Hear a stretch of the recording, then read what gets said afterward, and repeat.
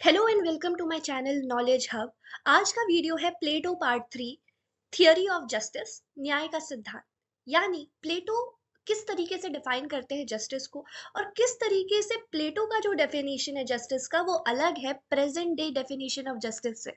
यानी जो प्लेटो का डेफिनेशन है न्याय का, वो काफी हद तक फिलोसॉफिकल है, दार्शनिक है और वो इंसान के इंटरनल क्वालिटीज पे बेस्ड है। वहीं इसके कंपैरिजन में जो प्रेजेंट नोशन है जस्टिस का, वो एक लीगल कॉन्सेप्ट है। आइए जानते हैं थियरी ऑफ जस्टिस के बारे में। तो प्लेटो की जो बुक है द रिपब्लिक, उसका मेन कंसर्न ही है to answer the questions related to justice और to find out true meaning of justice. Justice यानी न्याय होता क्या है। टेक्स्ट की शुरुआत होती है एक डायलॉग, डिस्कशन या debate between Socrates and cephalus. Cephalus एक रिच पर्सन है और सोक्रेटिस एक थिंकर है। तो अब आप सोचेंगे कि ये प्लेटो की जस्टिस के नोशन में सोक्रेटिस कहाँ से आ गए। तो बेसिकली प्लेटो सोक्रेटिस द्वारा ही अपने व्यूज को आगे रखवा रहे हैं, काइंड ऑफ डिबेट करा रहे हैं और अंत में जिसका भी व्यू ज्यादा प्रोफाउंड लगेगा, ज्यादा इम्पैक्टफुल लगेगा, उसको एक्सेप्ट कर लिया जाएगा। तो यहाँ प्लेटो ही अपनी बातें कह रहे हैं but through a character called Socrates. ठीक है। तो सबसे पहला डिबेट चल रहा है सोक्रेटिस और सेफालस के बीच में, जिसमें सेफालस जो है वो डिफाइन करते हैं जस्टिस को as telling the truth and being honest in word and deed and paying one's debts. यानी सच बोलना, ईमानदार होना और सिर्फ बोलना नहीं बल्कि उस पे एक्ट अपॉन करना, मतलब being honest both in terms of words and actions. और साथ ही साथ अगर आपने कभी किसी से कोई उधार लिया है, उसको समय पे वापस कर देना ही सेफलस के अकॉर्डिंग जस्टिस है। लेकिन सोक्रेटिस इस आर्ग्यूमेंट को रिफ्यूट कर देते हैं और कहते हैं ये जस्टिस नहीं है। अगर सच बोलना ही जस्टिस होता तो कभी कभी सच बोलना भी गलत होता है। यानी कभी कभी आपको किसी सेंसिटिव इंफॉर्मेशन को छुपाना है या कहीं कुछ सही बात डिस्क्लोज नहीं करनी है अपने राष्ट्र के हित में, परिवार के हित में, तो हर समय भी सच बोलना सही नहीं होता है। और दूसरी चीज उन्होंने एक एग्जाम्पल के माध्यम से समझाया कि कैसे पेइंग वंस डेट्स यानी एक व्यक्ति का उधार चुकाना भी जस्टिस नहीं है। क्योंकि वो कहते हैं कि अगर मान लीजिए आपने किसी से कभी वेपन उधार में लिया, कोई हथियार उधार में लिया, अब आप उस व्यक्ति को वो वेपन वापस करने जा रहे हैं, लेकिन आपको पता चलता है कि उस व्यक्ति की जो मेंटल कंडीशन है वो अनस्टेबल है और अब आप उसको वो हथियार वापस कर देते हैं, वो वेपन वापस कर देते हैं। अब क्या होगा, उस वेपन का वो व्यक्ति क्या करेगा, मिसयूज करेगा, डिस्ट्रक्शन करेगा। तो हर समय भी paying one's debt on time जो है वो जस्टिस नहीं होता है। तो इस तरीके से सेफालस के आर्ग्यूमेंट को उन्होंने रिफ्यूट कर दिया। सेफालस गिव अप कर जाते हैं और अब आते हैं डिस्कशन में उनके बेटे पॉलीमार्कस। वो डिफाइन करते हैं जस्टिस को as giving each man his due और व्हाट वाज फिटिंग। यानी being good to friends and bad to enemies. जो आपके साथ जैसा करे आप उसके साथ वैसा करो, यानी टिट फॉर टैट। लेकिन इस आर्ग्यूमेंट को भी सोक्रेटिस रिजेक्ट कर देते हैं 3 रीजन देते हुए। पहला, कि कई बार ऐसा होता है कि आपके फ्रेंड्स आपके लिए अच्छे होते हैं लेकिन वो कुछ गलत काम करने लगते हैं, जैसे चोरी करना, झूठ बोलना। ऐसे टाइम पे अगर आप अपनी फ्रेंड की हेल्प कर रहे हो क्योंकि वो आपके साथ अच्छा है, तो आप गलत कर रहे हो। पहला आर्ग्यूमेंट। दूसरा, वो कहते हैं कि हम एक्चुअली जान नहीं पाते हैं कि कौन हमारा रियल फ्रेंड है और रियल एनिमी है। कई बार जो लोग हमें स्ट्रिक्ट लगते हैं, जो हमें थोड़ा क्रिटिसाइज करते हैं, वो हमको लगता है कि हमारे एनिमीज हैं, लेकिन ऐसा होता नहीं है। कई बार वो हमारे वेल विशर भी होते हैं। इसीलिए ये एग्जैक्टली डिफाइन कर पाना कि कौन हमारा फ्रेंड है और कौन हमारा एनिमी है, वो पॉसिबल नहीं है। और थर्ड रीजन वो देते हैं कि जो एक जस्ट पर्सन होता है, जो राइट पर्सन होता है, जो अंदर से सही होता है, वो किसी का भी गलत नहीं कर सकता, कभी किसी को हार्म नहीं पहुंचा सकता, चाहे वो उसका फ्रेंड हो या एनिमी हो। तो ये 3 आर्ग्यूमेंट देते हुए सोक्रेटिस पोलीमार्कस के व्यू को भी रिजेक्ट कर देते हैं। हिंदी मीडियम स्टूडेंट्स, इस स्लाइड से जो भी टेक्निकल टर्म्स हैं वो आप नोट कर सकते हैं। बाकी आपको मेरे एक्सप्लेनेशन से कॉन्सेप्ट तो समझ में आ जाएगा क्लियरली, लेकिन नोट्स बनाने के लिए आपको जो भी टेक्निकल टर्म्स और भाषा की जो ज़रूरत है वो आपको इसमें से मिल जाएगी। तो आप बीच में वीडियो को पॉज करके इसमें से अपना नोट्स बना सकते हैं। तो डिबेट को आगे बढ़ाते हैं। आपने देखा कि किस तरीके से पॉलीमार्कस के आर्ग्यूमेंट्स को रिफ्यूट कर दिया सोक्रेटिस ने। तो अब बीच में अचानक से इंटरफेयर करते हैं और अपने आर्ग्यूमेंट्स को सामने रखते हैं कौन? थ्रेसीमार्कस। थ्रेसीमार्कस जो है वो एक सोफिस्ट है। अब आप पूछेंगे कि सोफिस्ट कौन होते हैं? मतलब सोफिस्ट आपने पहले भी सुना होगा, लेकिन सोफिस्ट कौन होते हैं? सोफिस्ट जो होते हैं वो ग्रीक टीचर्स होते हैं जो कि फीस लेके अलग अलग सब्जेक्ट्स पढ़ाते हैं बच्चों को। और ये जो है ये ट्रेडिशनल वैल्यूज को क्वेश्चन करते हैं, जो भी ट्रेडिशनल बिलीव्स किसी समाज में चली आ रही हैं, जो कहीं की बहुत पुरानी मान्यताएं हैं, उसको ये क्वेश्चन करते हैं कि ऐसा तो नहीं है। और दूसरी चीज, सोक्रेटिस को जिन्होंने हैमलॉक नाम का पॉइजन दिया था, वो भी कौन थे? सोफिस्ट ही थे, क्योंकि वो कहीं ना कहीं इनके टीचिंग से जो है वो सहमत नहीं है। ये बहुत ज्यादा प्रैक्टिकल और रियलिस्ट है। मतलब ये कभी कभी करप्शन भी कर लेंगे, कभी कभी अपनी बातों को मनवाने के लिए मैनिपुलेट भी कर लेंगे, परसुएड भी कर लेंगे, लेकिन सोक्रेटिस जो थे वो बहुत ज्यादा ऑनेस्ट थे, ट्रुथ लविंग थे। तो इसीलिए सोफिस्ट और सोक्रेटिस की आपस में कभी बनी नहीं, और सोफिस्ट ने ही हैमलॉक पॉइजन दे दिया सोक्रेटिस को, जिससे उनकी डेथ हो गई। तो आप जान गए सोफिस्ट कौन है। तो थ्रेसीमार्कस जो था वो एक सोफिस्ट था, और वो बीच में आर्ग्यूमेंट में आता है और बोलता है कि जस्टिस उसके ख्याल से क्या है कि interest of the stronger party namely the ruler. मतलब जो कुछ भी आपका राजा चाहे, जो कुछ भी कहीं का किंग चाहे, वही जस्टिस है, क्योंकि वही स्ट्रॉन्गर पार्टी है। जितने पावर है, जितना वेल्थ है, वो उसके हाथ में है। तो लोगों को अल्टीमेटली वही करना पड़ेगा जो उनका राजा बोलेगा। जो भी स्ट्रॉन्ग व्यक्ति होगा, चाहे वो एक राजा हो या ग्रुप ऑफ इंडिविजुअल्स हो, जो रूल वो बनाएंगे, जो लॉज वो बनाएंगे, जो टैक्सेशन वो इम्पोज करेंगे, लोगों को वो मानना ही पड़ेगा, और लोग उसके सामने क्या है? असहाय हैं। तो बेसिकली जो जस्टिस होता है वो किसका होता है? हमेशा स्ट्रॉन्गर पार्टी का होता है।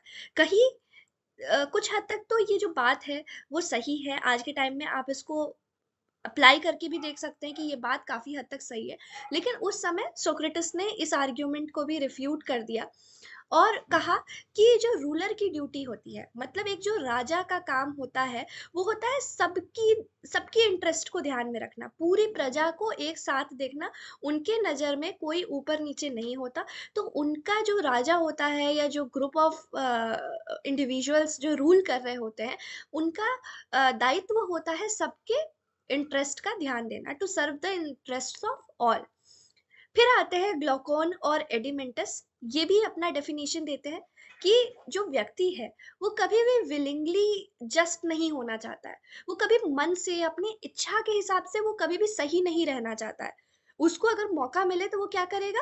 वो गलत ही रहेगा। वो हमेशा कोशिश करेगा कि जो भी प्रिंसिपल्स है, मॉरल्स है, जो उसको सिखाए गए हैं, वो उससे विपरीत ही काम करता है।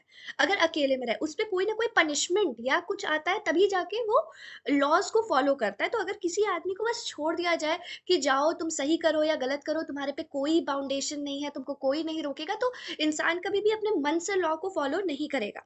लेकिन इसका भी जो है आर्ग्यूमेंट सोक्रेटिस देते हैं अपनी तरह से।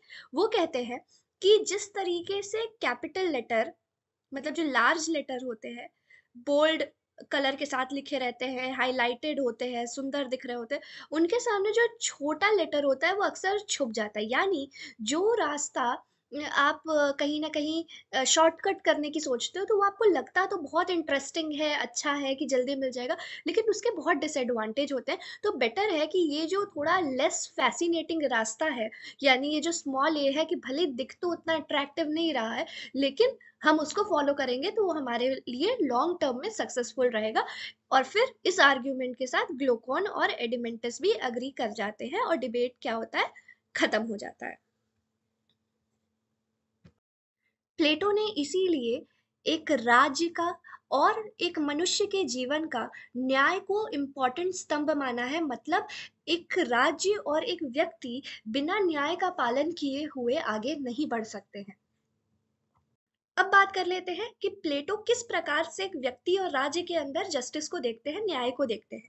तो वो कहते हैं कि ह्यूमन बीइंग जो है, मानव जो है, वो बाय बर्थ सोशल एनिमल है, सामाजिक प्राणी है। यानी हम एक दूसरे से अलग होके नहीं जी सकते, हमें एक दूसरे की जरूरत है समाज में रहने के लिए। उसका रीजन क्या है? म्यूचुअल नीड्स और existence of different aptitudes. Mutual need का क्या मतलब होता है? कि हमें हम हर काम खुद तो कर सकते नहीं है, हमें हर चीज के लिए किसी ना किसी की जरूरत है। जैसे हमें फल बेचने वाला भी चाहिए, रोड बनाने वाला भी चाहिए, घर बनाने वाला भी चाहिए, घर साफ करने वाला भी चाहिए, स्कूल में पढ़ाने वाला भी चाहिए। तो एक अकेला आदमी घर भी नहीं बना सकता, पढ़ा भी नहीं सकता और खाना भी नहीं बना सकता। मतलब आपको किसी ना किसी और की जरूरत होती है फॉर सर्विसेज, यानी कुछ ना कुछ आपको सर्विसेज चाहिए होती है दूसरे लोगों से। दूसरा, एग्जिस्टेंस ऑफ डिफरेंट एप्टीट्यूड्स, यानी हर प्राणी एक दूसरे से अलग है, एक ही व्यक्ति में सारी क्वालिटीज नहीं होती है। जैसे आप देख सकते हैं कि किसी को खाना बहुत अच्छा बनाने आता है, किसी को रोड बनाने आता है, किसी को बिल्डिंग बनाना आता है, किसी को डैम बनाने आता है। तो हर व्यक्ति को अलग अलग काम आते हैं। तो इससे क्या होता है, ढेर सारी सर्विसेज का जन्म होता है, अलग अलग काम करने वालों का जन्म होता है, यानी डिवीजन ऑफ लेबर। यानी एक आदमी होगा जो अब रोड बनाएगा, एक आदमी स्कूल बनाएगा, एक आदमी क्या बनाएगा, घर बनाएगा। इस तरीके से हर कोई अपना अपना काम करेगा, जिसको हम कहते हैं फंक्शनल स्पेशलाइजेशन। मतलब आप वो काम करो जो आपको आता हो। इसको आप मिथ ऑफ मेटल वाले पॉइंट से भी जोड़ के देख सकते हैं, जो कि कहता है कि आप अपने जो प्लेटो की इवन थियोरी ऑफ एजुकेशन है, उसका भी यही एम है कि आप वो काम करो जिसके लिए आप बेस्ट सूटेबल हो, यानी जिसके लिए आप बने हो, जो क्वालिटी, जो टैलेंट, जो एप्टीट्यूड आपके अंदर है, आप वो काम करो जिसका आपके अंदर स्पेशलाइजेशन है। और दूसरा, नॉन इंटरफेरेंस, यानी जो काम आपको नहीं आता, जिसकी क्वालिटी आपके अंदर नहीं है, आप उसमें इंटरफेयर मत करो। यानी जिस व्यक्ति को अगर फार्मिंग करने आता है तो वो सिर्फ क्या करेगा, फार्मिंग करेगा। और जो राजा बनने के योग्य है उसको क्या करना चाहिए, राजा बनना चाहिए। फार्मिंग करने वाले को राजा के मामले में हस्तक्षेप नहीं करना चाहिए और राजा को फार्मिंग के मामले में हस्तक्षेप नहीं करना चाहिए। इन दोनों चीजों का पर्पस क्या है, aim of specialisation and non interference, की स्टेट में क्या आएगा, एक्सीलेंस आएगा, परफेक्शन आएगा। सोचो जब हर व्यक्ति वो काम करेगा जिसमें वो बेस्ट है, बेस्ट सूटेबल है, तो अपने आप आपके राज्य और स्टेट का भी ग्रोथ होगा। ऐसा कोई भी जो स्पेशलाइजेशन ऑफ लेबर है, या ये जो काम बटा है जो वो कह रहे हैं कि कोई फार्मिंग करेगा, कोई स्कूल चलाएगा, तो इसको उन्होंने किसी हायरार्की पे नहीं रखा है कि कोई ऊपर का जॉब है, कोई नीचे का जॉब है। सारे जॉब प्लेटो की नजर में बराबर है। इनका ये करने का मकसद सिर्फ एक है कि इंसान अपनी इनर क्वालिटी को पहचाने और उसी दिशा में आगे बढ़े। अगर वो सोल्जर बनने लायक है तो वो सोल्जर बने, फार्मिंग करने लायक है तो फार्मिंग करे, किंग बनने लायक है तो किंग बने। और एक व्यक्ति दूसरे व्यक्ति के काम में किसी प्रकार से भी हस्तक्षेप ना करे, ताकि ओवरऑल आपके स्टेट का ग्रोथ और डेवलपमेंट हो सके। So this is the justice which Plato is talking in terms of state and individual.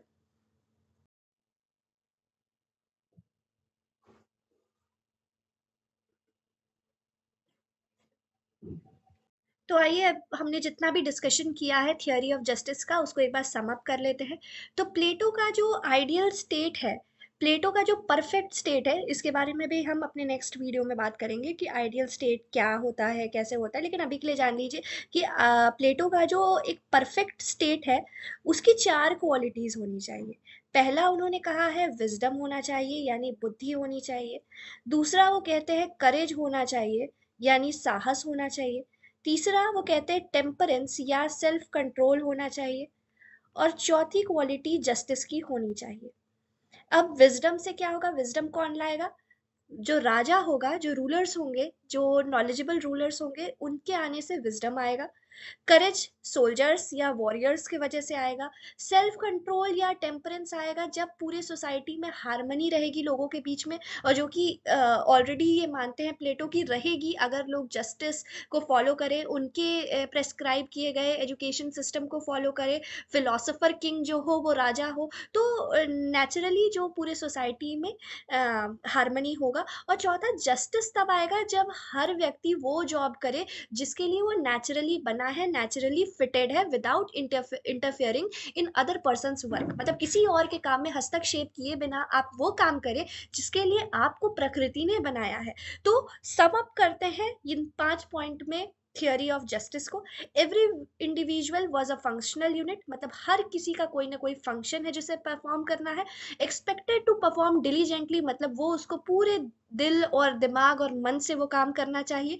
तीसरा, eliminates the probability for people to be free bird और अवॉइड आइडलनेस, मतलब जो कोई आदमी कुछ ना करे, उससे अच्छा है कि उसको पता चल जाए कि वो किस लिए बना है, और वो इग्नोरेंस में ना रहे और जल्द से जल्द अपने जो इंटरनल क्वालिटी है उस पर काम करने लगे। चौथा है रिकॉग्निशन ऑफ इंडिविजुअल टैलेंट्स, मतलब सबके एप्टीट्यूड और टैलेंट अपने आप निकल के बाहर आएंगे। अगर कोई सिंगिंग में अच्छा है तो वो उसमें आगे जाएगा, कोई पढ़ने में अच्छा है वो उसमें आगे जाएगा, कोई करेजियस है तो वो वॉरियर बनेगा। तो इस तरीके से सबके टैलेंट बाहर आएंगे। और इससे क्या होगा, तीन क्लासेस हमारे बीच में आएंगी, वो है रूलिंग यानी फिलोसोफर किंग, डिफेंस यानी वॉरियर, प्रोडक्शन यानी जो ट्रेडर मर्चेंट ये सारे होंगे वो, साथ में ट्रेड और क्राफ्ट। तो ये सारे पॉइंट्स इंक्लूडेड थे प्लेटो के जस्टिस के थियरी में। और ये सारे चीजों का जो सम टोटल है वो है आपका theory of justice. I hope आपको ये वीडियो समझ में आई होगी। फॉलो करिए हमें और भी लेक्चर्स के लिए। जल्द आते हैं प्लेटो के नेक्स्ट पार्ट के साथ। Thank you very much and stay tuned.